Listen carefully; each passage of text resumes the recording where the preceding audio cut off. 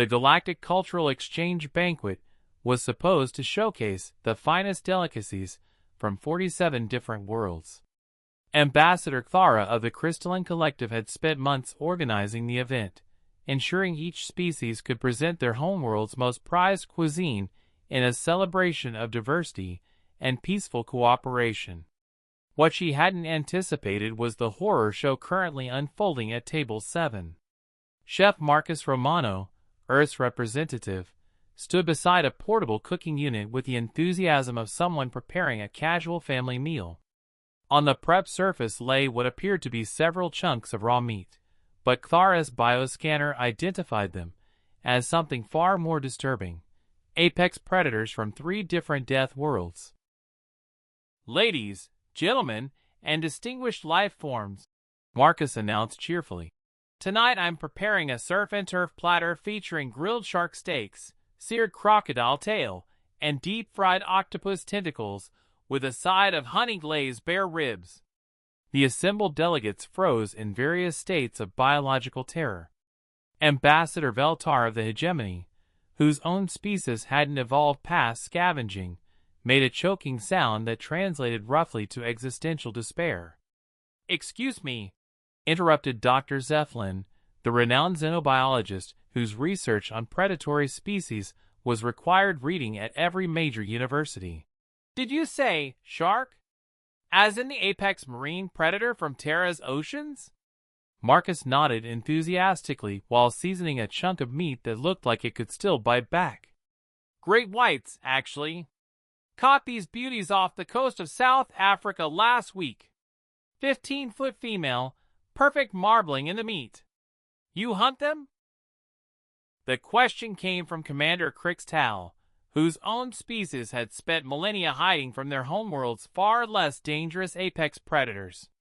"Well, sometimes," Marcus replied, flipping what appeared to be a crocodile tail with casual expertise. "But mostly we farm them now. More sustainable that way.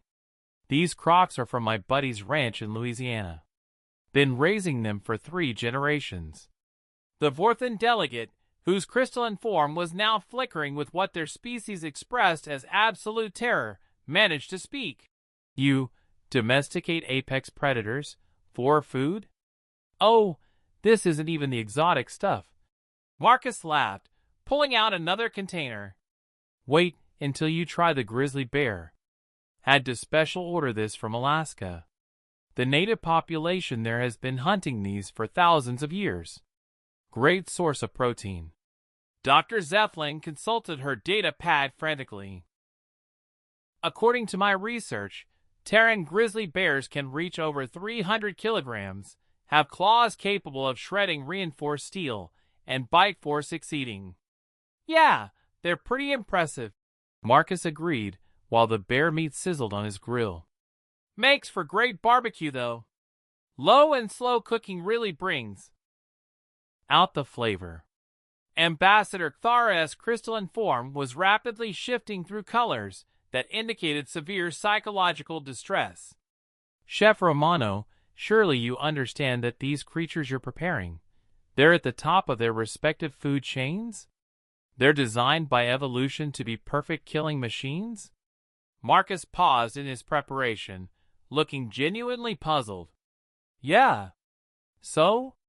The simple question hung in the air like a death sentence. Around the banquet hall, representatives from species who had spent millions of years avoiding, hiding from, or worshipping their apex predators tried to process what they were witnessing. The octopus alone, Commander Crixtal whispered, staring at the tentacles now golden brown and crispy, has intelligence comparable to most sentient species, camouflage abilities that make it nearly invisible, and enough strength to crush a shuttlecraft. "Right," Marcus nodded, adding some lemon to the finished dish. "They're incredibly smart. Makes them more challenging to catch, which is part of the fun.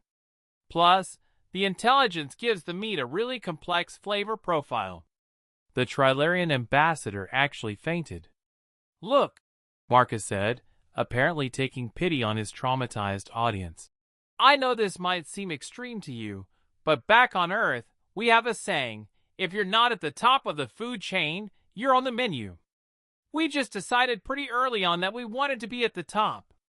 He gestured to the perfectly prepared feast of apex predators with obvious pride. Besides, wait until you try it. The shark is butter tender, the croc has this amazing gamey flavor, and the octopus, well, let's just say there's a reason it's considered a delicacy. Dr. Zeflin looked at her bioscanner readings one more time, confirming that every piece of meat on Marcus's serving tray had, at some point in its life, been capable of killing multiple sentient beings without effort. How? She asked in a voice barely above a whisper. Did humanity survive its own planet? Marcus grinned, revealing teeth that suddenly seemed far more predatory than any of the assembled aliens had noticed before. Simple, he said, taking the first bite of grilled shark steak. We ate everything that tried to eat us first. The banquet hall fell silent, except for the sound of Marcus chewing what had once been the ocean's most feared predator. Somehow, that sound was more terrifying than any roar.